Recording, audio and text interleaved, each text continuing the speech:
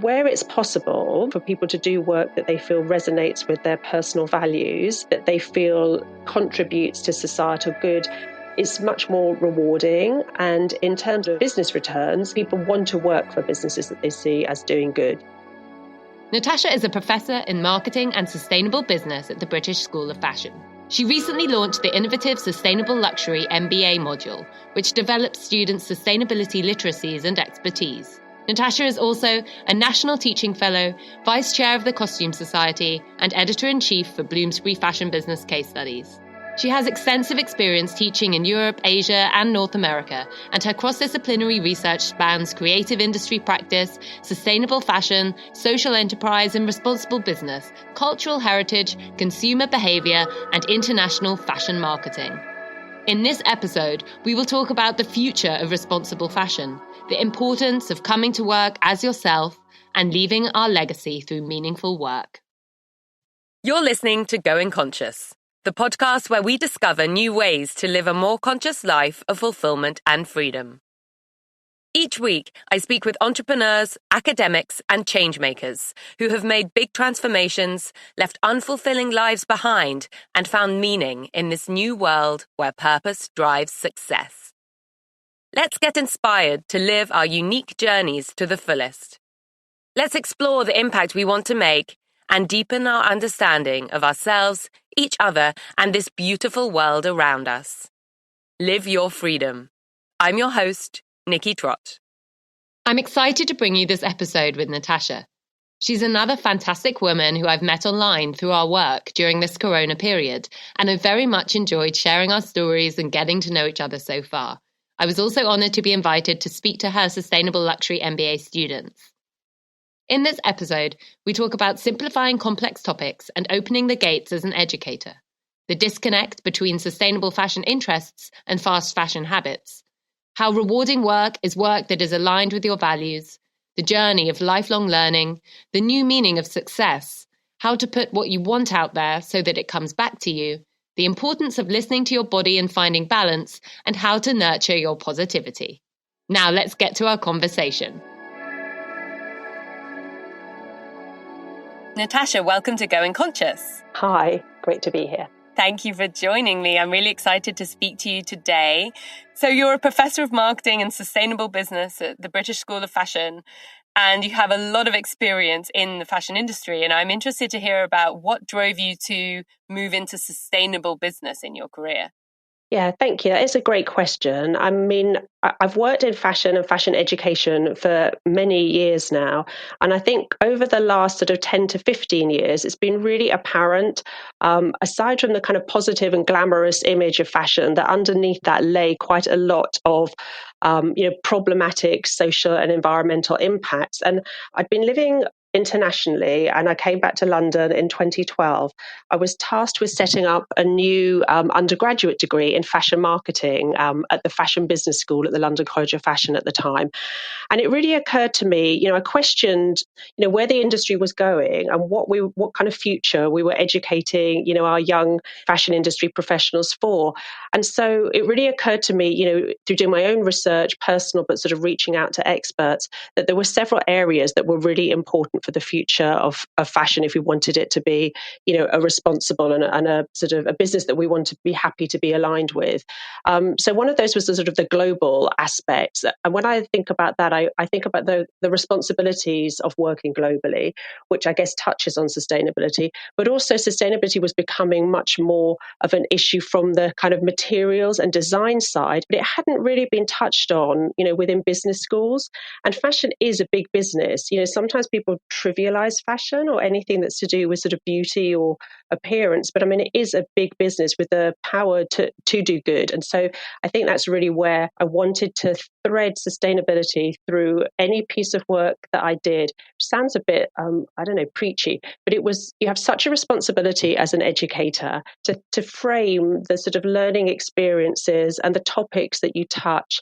And for me, I thought if I'm designing a new curriculum for the kind of future industry professionals, it needs to be one that has a global perspective, and within that looks at the responsibilities for individuals and businesses within fashion. So that sounds really interesting. What are the most important things for your students then, the next generation of fashion business owners and leaders, to understand about sustainability? I think one of the challenges that students have had with this topic and continue to have is really the complexity. So, as I said, I think a lot of the information, certainly in the past, has been more from the material side. And so I think, we're often looking for easy solutions. And so we might think, okay, natural fibers, for example, that's got to be the best thing. But then once, students start to unpack even something as simple as a material choice, they start to realize that, it's the processes, it's the, growing, it's the shipping. They're so, interlinked. And I think it's the systemic approach that's quite complex.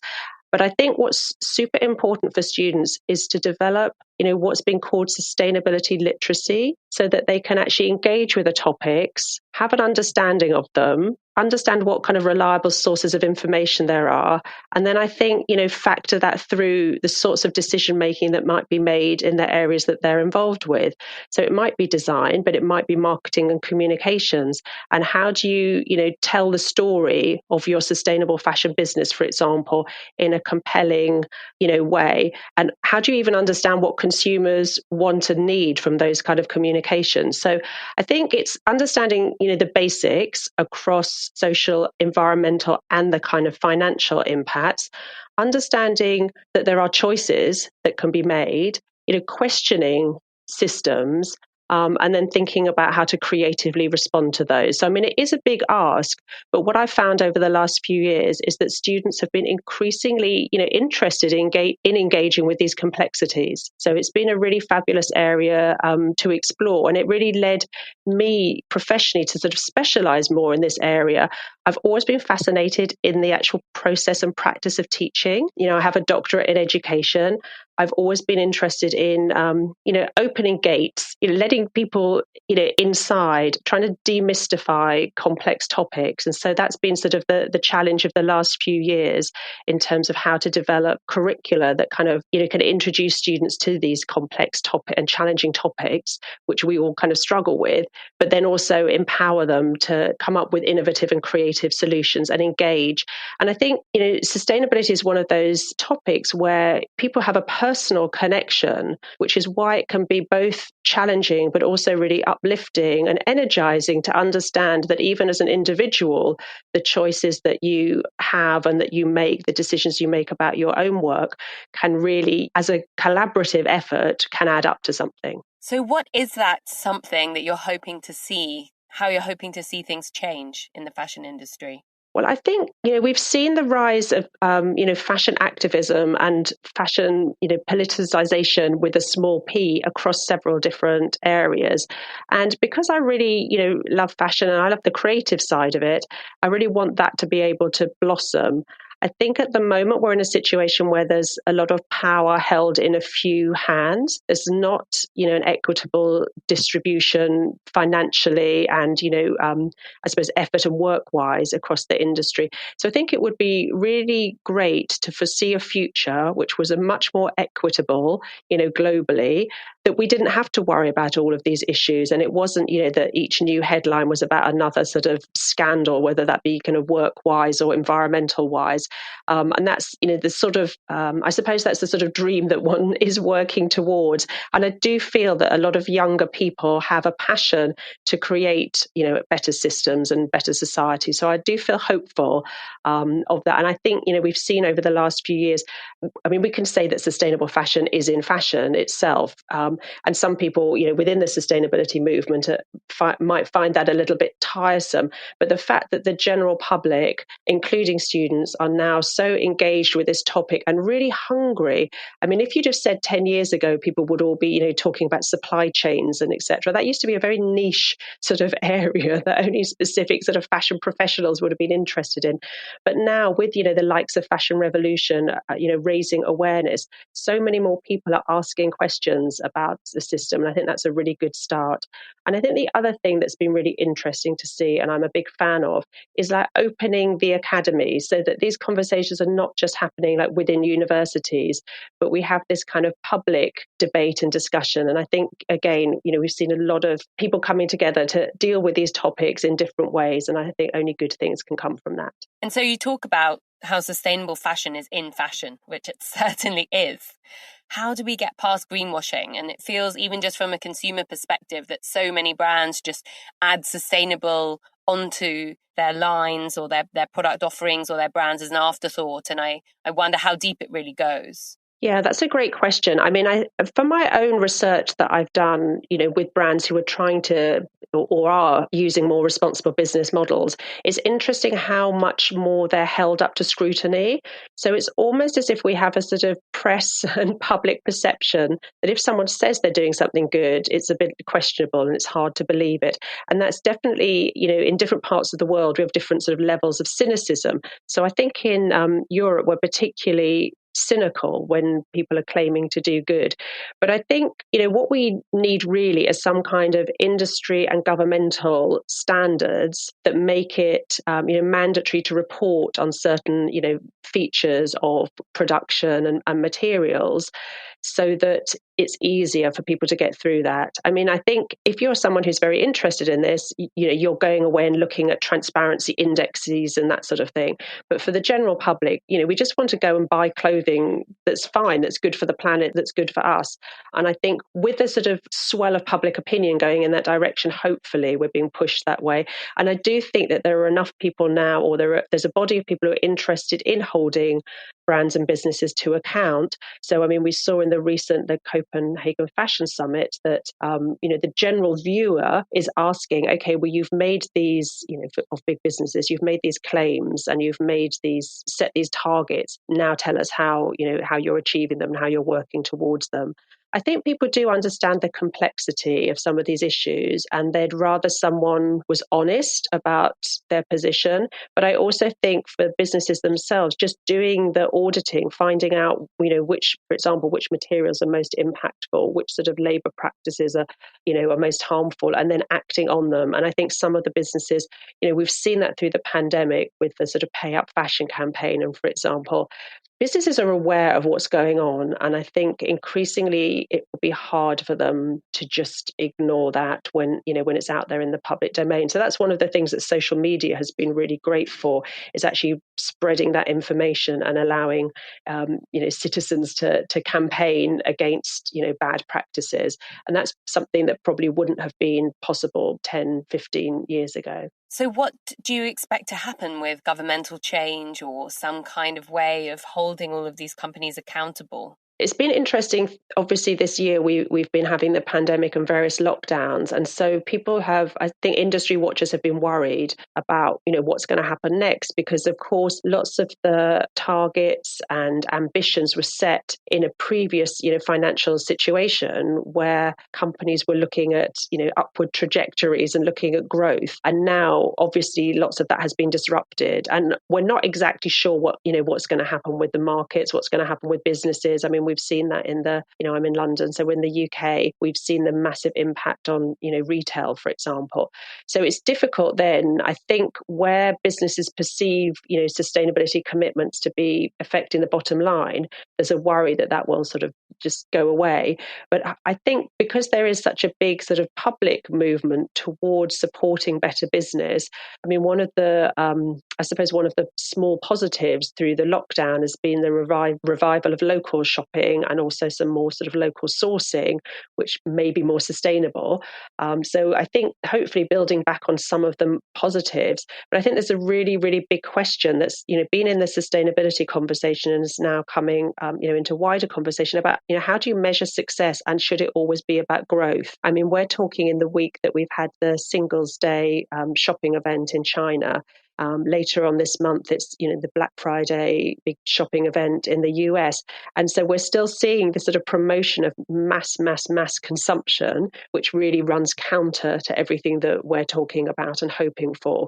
But I think, we are seeing some, leaders within business talking about growth of business not being the only reward and only sign of success. And I'm hoping that sort of spreads a little bit, and that government rewards and supports. So in any kind of system transition, definition, you need the support and the reward for doing the better thing. And, we're all aware of the documentary several years ago, The True Cost. And obviously anything that doesn't address the planetary damage that's happening, the social justice issues that are as a result of that, is actually not accounting for the true cost of the products that we're getting.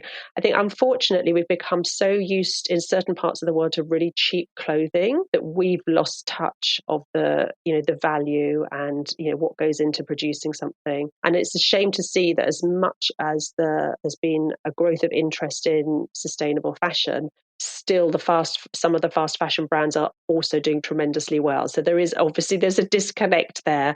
I mean, I'm a bit Pollyanna, but there is a disconnect between some of what the industry is doing. And I think that's where, again, government support for better business and maybe sanctions more strictly applied on poorer business practices is something that we need. So I'm interested how you talk about the potential for a new definition of success for businesses where it's not just about growth or monetary growth and profit.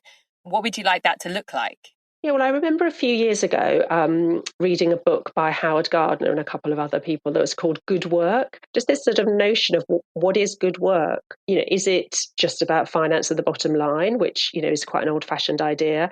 But I think what we've seen, and I've definitely seen this with younger people coming, through university, is that where it's possible, and again, it's not always possible, but where it's possible for people to do work that they feel resonates with their personal values, that they feel contributes to society good, is much more rewarding. And in terms of sort of, I suppose, business returns, people want to work for businesses that they see as doing good. We're seeing quite a lot of companies being pressured to sort of disinvest from from the petrochemical industries and think about their own sort of investments through pension schemes or whatever.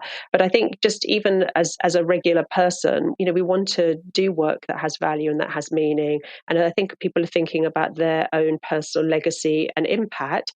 So similar to how I would, it would be lovely just to be able to engage with fashion without having to think of a lot of negative stories and headlines. I think a lot of people want to do work, that they think is contributing to a greater good. Again, there's a lot of talk about balance and, we have these sort of notions of, what's work-life balance. And again, we've seen through this year, a lot of people really, not everyone being happy to be under lockdown, but we did see some reflections and recognition that things could maybe happen in different ways. And I think that's one of the things, working remotely, I suppose, again, it's a system thing, reconceiving how work could be. But I do think where you support better quality products and artisanship, then that sort of naturally does not work at great scale. So I think that's one of the things, again, it will be lovely to see hand skills, artisanship rewarded and respected, but also, accessible in a wider range of people, I suppose. And what does success mean to you personally? And I'm also wondering if that's changed from when you first started out in the fashion industry to where you are today. Yeah, I mean, I think obviously I'm a bit older now, and you can sort of look back and reflect on your own journey. And I never had any kind of career path in mind. I started out studying economics, but I was always a maker. So I had a series of, small fashion businesses. And then after graduating, also retrained within fashion, launched a small luxury children's wear business working with friends. I've always been lucky to work with really great people.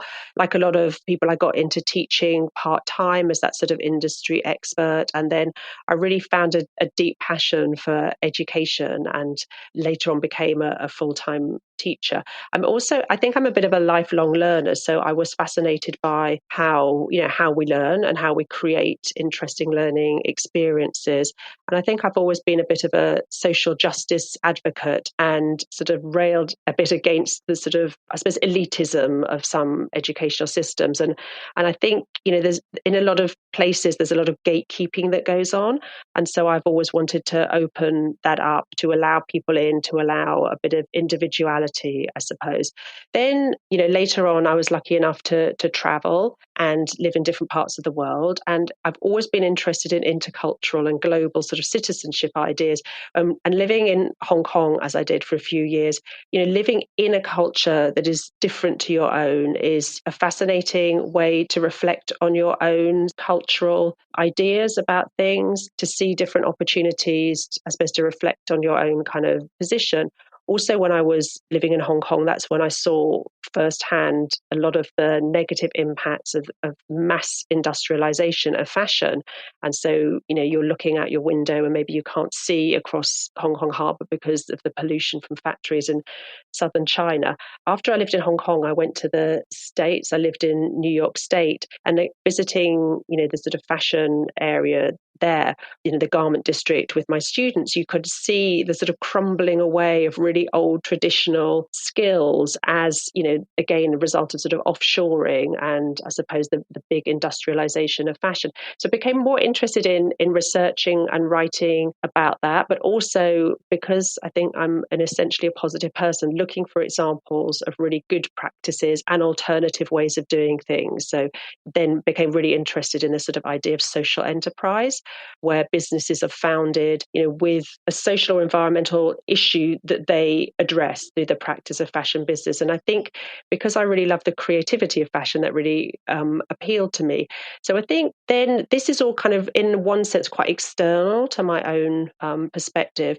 But then at some point, I started, I was talking about how to teach sustainability, talking about how to develop responsible business. And at some point, the kind of industrial model of education was kind of tapping me on the shoulder. And over in the UK, we have a really successful higher education sector, but there's been a lot of growth within that as well. And I just found for myself personally that I sensed that I wanted to work in a more personal, smaller scale, in a more boutique kind of scale, but I didn't really know how that would happen. I did then end up having a bit of a health challenge that made me do a bit of a recheck. So about 5 years ago, I had a really bad slip disc and now live with sort of chronic pain.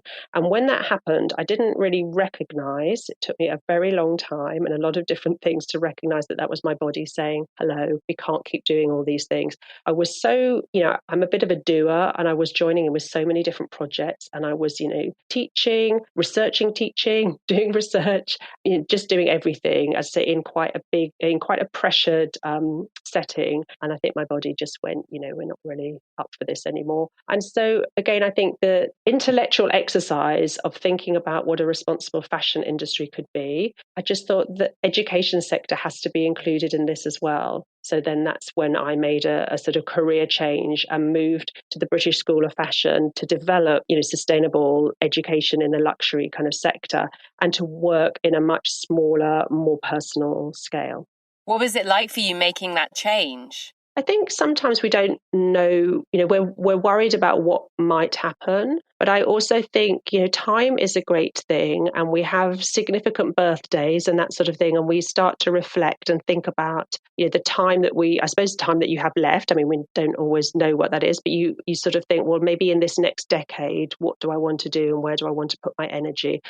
I've been really lucky to work with some fabulous colleagues and fantastic students. I'd set up some great programs of study. But I kind of, for me personally, felt like there was a new chapter coming, and also just the idea of balance. And I sort of felt that I owed more of my energy to, I suppose, to friends, family, and having a bit more of a holistic existence. But I was worried. I think often when we're making a change, we don't know what's going to happen. I wanted to change for good, though. I really thought about what a positive move for myself would be. I really wanted to stay within education, and I wanted to do good work that would have a positive impact on the industry in this sort of area of sustainable fashion.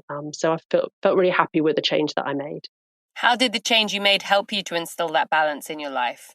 I think I had a really big change of pace. So, wanting to go from a bigger institution to a smaller, more boutique approach of education, and also just a change in my position. So I'm a professor of marketing sustainable business, and my role, I came in to help develop the curriculum in the area specifically of sustainable luxury, to collaborate with external organizations. So I've worked with people like the Ellen MacArthur Foundation and the RSA. And it was just a really different move in terms of spending more time in research as well around sustainable fashion, consumer behavior. So I've been working on that as well. So it was just a really different balance in terms of the role, away from, managing a really big course, down to working with a small group of postgraduate students and being, I suppose, more research focused as well. If you enjoy Going Conscious, please subscribe for a new episode every Wednesday. If you think your friends and networks would benefit from listening, please share this podcast of fulfillment and freedom with them. And if you listen on Apple Podcasts, please rate and review. It's great to read what you think, and your support makes a big difference. Together, let's grow our courage and tools to transform and live the lives we really want to. As well as creating Going Conscious, I work as a transformation coach and conscious brand consultant. I'm on a mission to help holistically maximize conscious entrepreneurs to drive positive changes for themselves, others, and the planet. I can help you to transition and level up personally, and I can help your brand grow and make a bigger impact. To connect with me and find out more about how we can work together, find me on Instagram @NikkiTrott or on my website, nikkitrott.com. Please get in touch. I'd love to hear from you. And let's talk about your path of growth and development. How do you instill balance in your life then overall? So you mentioned it was also important to you to spend more time with your family and your friends and look after your health. How do you make sure you have a balanced life across everything? I'm not sure I've managed to achieve that yet, but I have. I think maybe 3 years ago, I decided just internally to slightly start saying no to things. And as I'm a bit of a joiner in, so it was quite hard for me to do that. But I suppose I did have a bit of a target of changing the balance of my life. And I just decided not to engage with things that weren't going to help me to get there. I don't know that was specifically, I can't think of a specific instance of a thing I said no to, but I think for the first time became quite focused on having a more positive outcome for myself, and just thought there are opportunities you're going to miss. There are things you'd like to go to, you're not going to go to, but that's going to help you, have this balance. And I think that's what I've tried to maintain. So as I say, as a bit of a joiner in, I find that quite hard, but I also think it's quite important just to, I suppose in one way, realize some of your limits, and just to, create that comfortable space around yourself so you're not stretched too far. Although having said that, I do have 1,000,001 projects going on.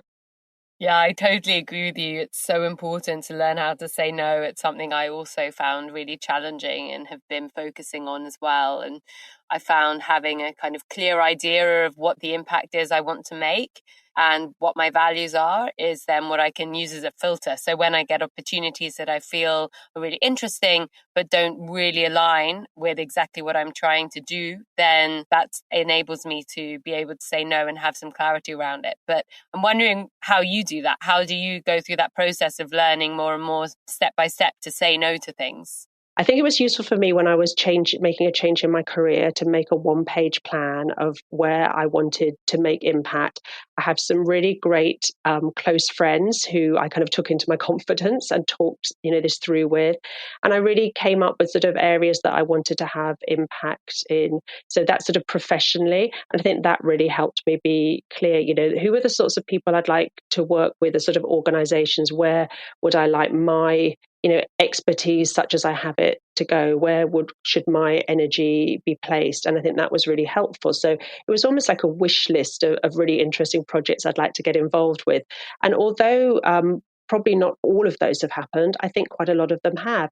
also, what was really great in my new job at the British School of Fashion was the fact that I had some time to reach out to lots of people in the sector, so fashion industry professionals, but also academics, experts in things like circular economy and sustainability, and just have time for talking and reflecting. And I think that's a really great thing about working in the sort of sustainable fashion space, is that it's a really collaborative space. And so I've had a lot of support and great advice, from other people. And just as you yourself talked about, maybe filtering and working to your values, just hearing other people's perspectives, I think really helps you position yourself. So I think that's been, really useful and a good part of the change. I love the sound of the one-pager. That sounds really, really interesting and very useful. Can you tell us a bit more about specifically what the questions were you were asking, or what the kinds of things were you were writing down, so we can get an idea about how we might do one ourselves? Yeah, well, I mean, it was kind of focused, I suppose it was professional, but I mean, I've always come to work as myself. I mean, it's one of the things that I remember when I did my teacher training many years ago, writing about this idea of teacher identity, and the importance for me of being yourself as a teacher. So although, as an educator, it's somewhat of a performance, for me, I've always brought my whole self to that. So in terms of the one pager, I was thinking about the potential positive impacts and connections through sustainable fashion and what that could mean.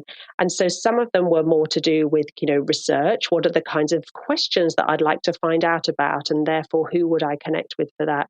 Some of it was about teaching. So what's important for people to know now? What are the topics? And how do you create interesting, again, alliances, collaborations, projects for that? And then some of it was more the sort of industry kind of knowledge exchange, we might call it, which was, who are the sort of partners that it's important to know about, to work with. So I kind of had three sorts of columns about the interesting types of work that I'd like to do. And then I listed some of the organizations or individuals that I thought were really, I suppose either role models or doing interesting work, or would have a perspective I'd be interested in hearing. And then I suppose thinking about some kinds of, not exactly targets in a business sense, but what are the sorts of things that you want to do with your time? And so that was really helpful in terms of planning, I guess, who one might reach out to, who one might connect to, and who one could learn from. As I said, I'm a bit of a lifelong learner, and I think that's one of the nice things I see at the moment is a lot of people, themselves, it might not be informal education, but people are really hungry to learn about, in our instance, sustainable fashion, or, how things are made, where they're made, and people's stories. And I guess that's the same for me. So I think that was, kind of part of it. Who can I learn from, and what can I do with that learning, I guess, in a positive way? And you mentioned that quite a few of the things that you wrote on that plan or that one pager then did come to fruition. So how did you make that happen, or why do you think they then did come to life? I think as humans, we're extremely complex, and I'm not claiming to understand how all of this kind of works psychologically, but I do think sometimes when you put things out there and they come to you in one way or another. I mean, when I lived in the States, I used to love watching Oprah Winfrey, and she always used to talk about that kind of thing of, putting something on a pinboard and then the universe sending it to you. I'm not sure exactly how that happens, but I certainly think we recognize things more when we've vocalized them in some way. So either talking about that, but in my case, actually writing something down, in your mind, it's come to the surface. And then I think you'll recognize things that will then have an opportunity, will occur for you. But also I think if you have an aim and an ambition, so for example, in a simple way, one of the things I was thinking about is designing a new curriculum. What is sustainable luxury? What does that mean? And how do we teach that? So then that kind of gave me a way, I was connecting with people and saying, okay, I'm developing this curriculum. What do you think is important for people to know about this? So it was a kind of natural way to reach out and share ideas, I guess. And then I suppose in a sort of snowball effect, the more people that you come into contact with and talk about, they'll then, they'll mention a person or an organization or a system or something. And then that's the next bit. So as I said, the last sort of, I joined the British School of Fashion only just sort of, I suppose, just over a year ago. But that journey, it just seems like I've learned learned so much just from that reaching out to other people. And I think in this area, as I've mentioned, people are very open. A lot of people feel very positive against all the challenges. And I think that's enabled those things to come to me. So it sounds like collaboration is a really important part of your work. Yes, I'm an extremely collaborative person. Whenever I have an idea or I'm asked to do something, I'm always like, oh, who could join in with this? Who would be fun to work with?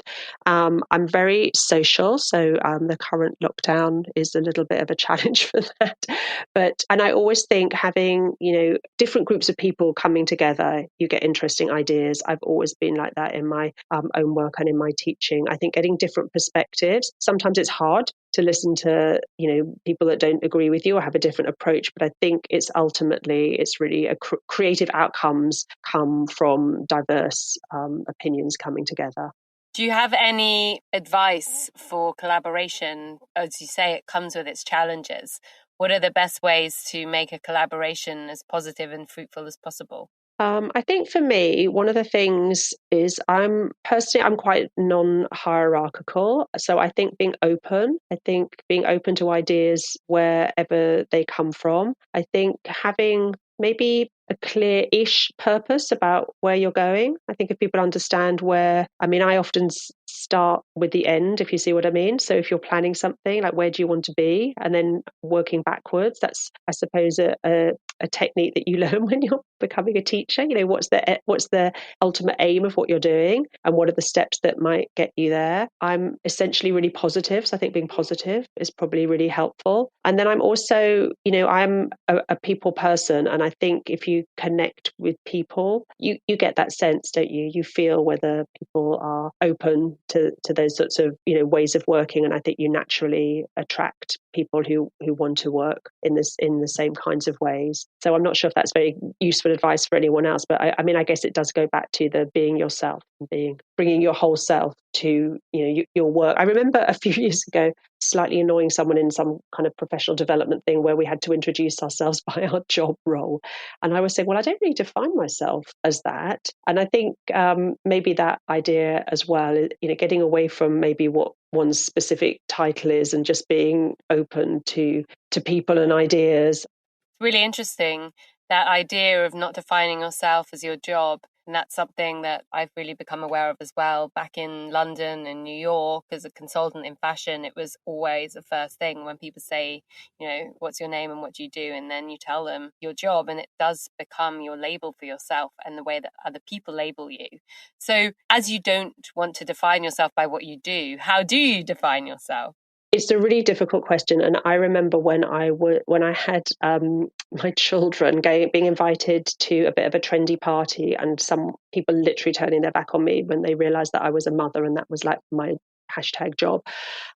So that was kind of quite an early learning for me about that. I mean, clearly it depends how you're meeting people. And obviously if you're meeting someone in a professional context, then your job title is an important part of that.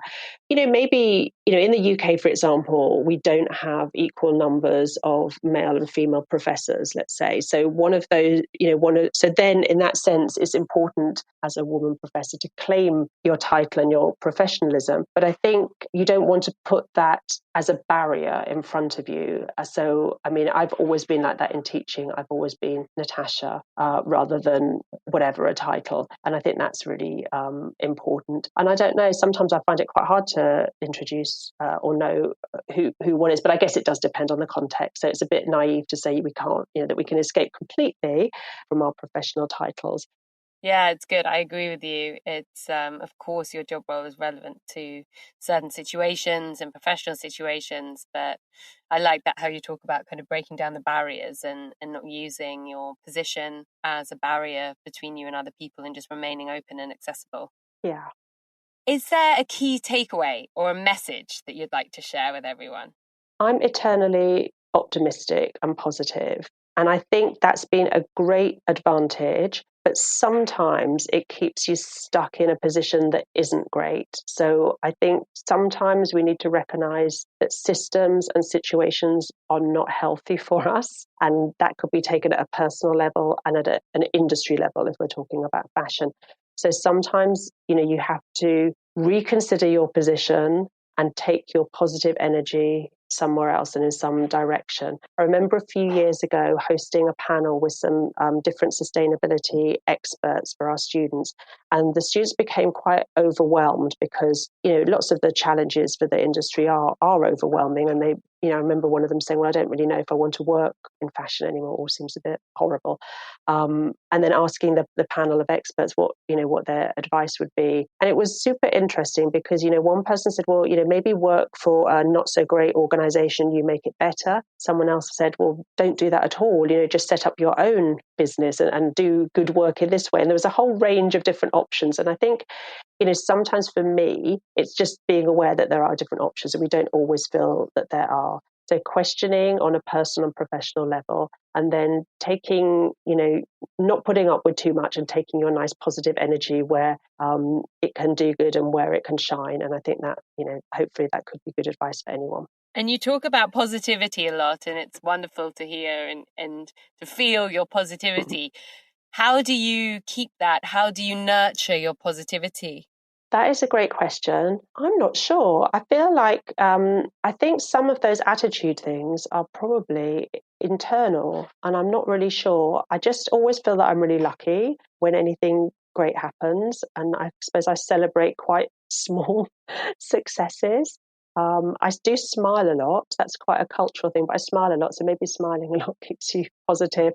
And I think, working with younger people is great. It's such a privilege to work in education.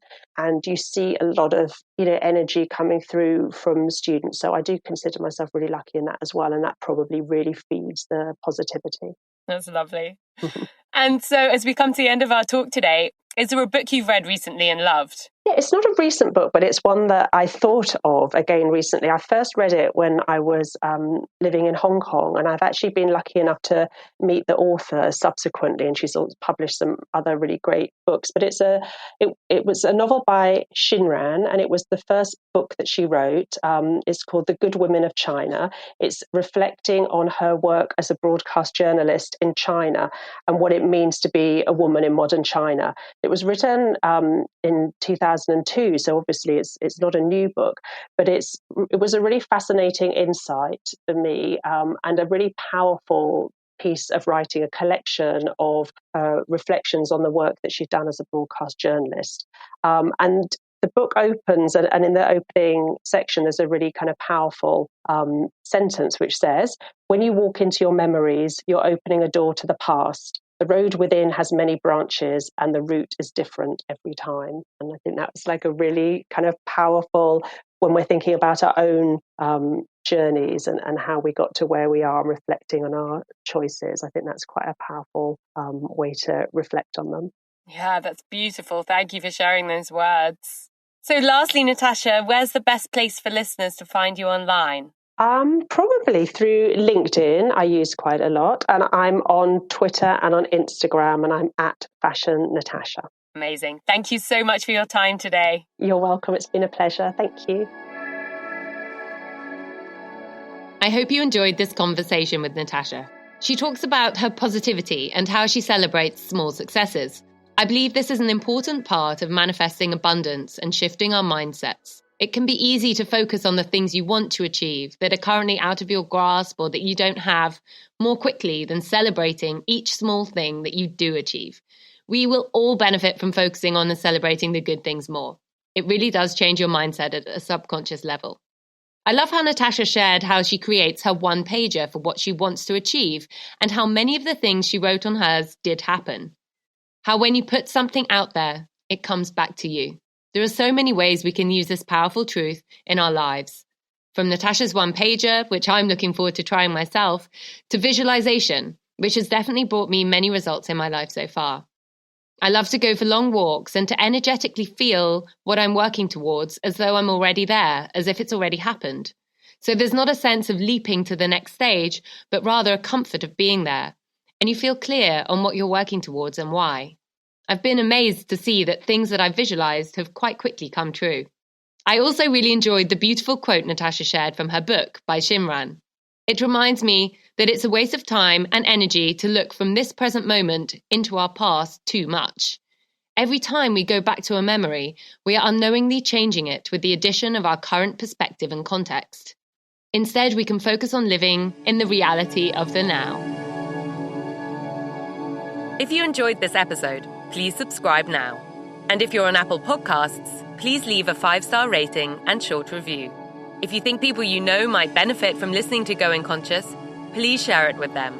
I know I get much of my inspiration from podcasts which are shared with me. For all episodes, our library and more, visit goingconscious.com. Your support to spread this positive message of fulfillment and freedom means so much.